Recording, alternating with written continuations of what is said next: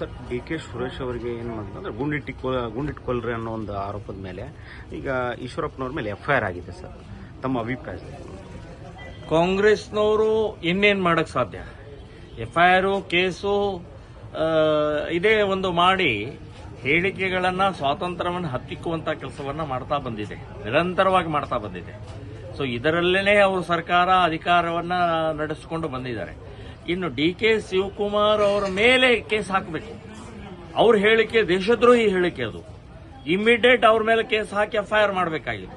ಈಗ ಅವರ ಹೇಳಿಕೆಯ ವಿರುದ್ಧ ಸಿಟ್ಟಿನಿಂದ, ಆಕ್ರೋಶನಿಂದ ಸೊ ಒಬ್ಬ ದೇಶಭಕ್ತರಾದಂತಹ KS ಈಶ್ವರಪ್ಪನವರ ಹೇಳಿಕೆ ಮೇಲೆ FIR ಮಾಡ್ತಾರೆ ಅಂತಂದ್ರೆ ಸೊ ಇವ್ರಿಗೆ ನಿಮಗೆ ಶೋಭೆ ತರುವಂತದ್ದು ಏನು? FIR ಏನು ಗಲ್ಲಿಗೇರಿಸ್ತೀರಿ ನೀವು? ಗಲ್ಲಿಗೇರಿಸವ್ರಿದ್ದೀರಾ? FIR ಮಾಡಿ.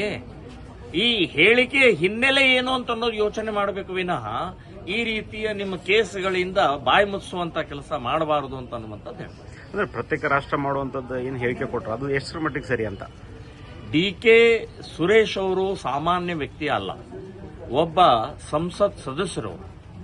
ಸೊ ಅಂತ ಲಕ್ಷಾಂತರ ಜನರ ಪ್ರತಿನಿಧಿ ಆದಂತಹ ಒಬ್ಬ ವ್ಯಕ್ತಿ ಪಾರ್ಲಿಮೆಂಟ್ನಲ್ಲಿ ಸಂವಿಧಾನ ರಚನೆ, ಸಂವಿಧಾನಬದ್ಧವಾದಂತಹ ಒಂದು ಆಡಳಿತ ನಡೀತಾ ಇರುವಂತಹ ಜನಪ್ರತಿನಿಧಿಯ ಬಾಯಿಂದ ದಕ್ಷಿಣ ಭಾರತ ರಾಷ್ಟ್ರ ಮಾಡ್ತೀವಿ ಅಂತನ್ನುವಂತ ಹೇಳಿಕೆ ಕೊಟ್ಟಿದ್ದು ನಿಮಗೆ ಶೋಭೆ ತರುವಂತದ್ದಲ್ಲ. ನಿಮ್ಮ ಯಾವ ನಾಲಿಗೆಯಿಂದ ಹೇಳಿದರೆ ಅದೇ ನಾಲಿಗೆಯಿಂದ ವಾಪಸ್ ತಗೊಂಡು ಕ್ಷಮೆ ಕೇಳಿದರೆ ನಿಮಗೆ ಜನ ಒಪ್ಪುತ್ತಾರೆ. ಇನ್ನೂ ಅದನ್ನು ಸಮರ್ಥನೆ ಮಾಡಿಕೊಳ್ಳುವಂತಹ ಕಾಂಗ್ರೆಸ್, ಸಮರ್ಥನೆ ಮಾಡಿಕೊಳ್ಳುತ್ತಾ ಇರುವಂತಹ ಬೇರೆ ಬೇರೆ ನಾಯಕರು ನೋಡಿದರೆ ಇವರು ದೇಶ ಭಂಜಕರೇ ಇದ್ದಾರೆ, ದೇಶ ವಿಭಜಕರೇ ಇದ್ದಾರೆ.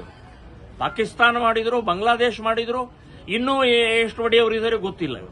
ಸೊ ನಾವು ಹೇಳ್ತೀವಿ, ನರೇಂದ್ರ ಮೋದಿಯವರ ನೇತೃತ್ವದಲ್ಲಿ 1 ಇಂಚು ಕೂಡ ಭೂಮಿ ಬೇರೆಯವರು ಹೋಗದೆ ಇರುವಾಗ ಒಡೆಯುವಂತ ಮಾತನ್ನು ಸಾಧ್ಯನೇ ಇಲ್ಲ ಅಂತನ್ನುವಂತ ನಾನು ಸ್ಪಷ್ಟವಾಗಿ ಹೇಳ್ತೇನೆ.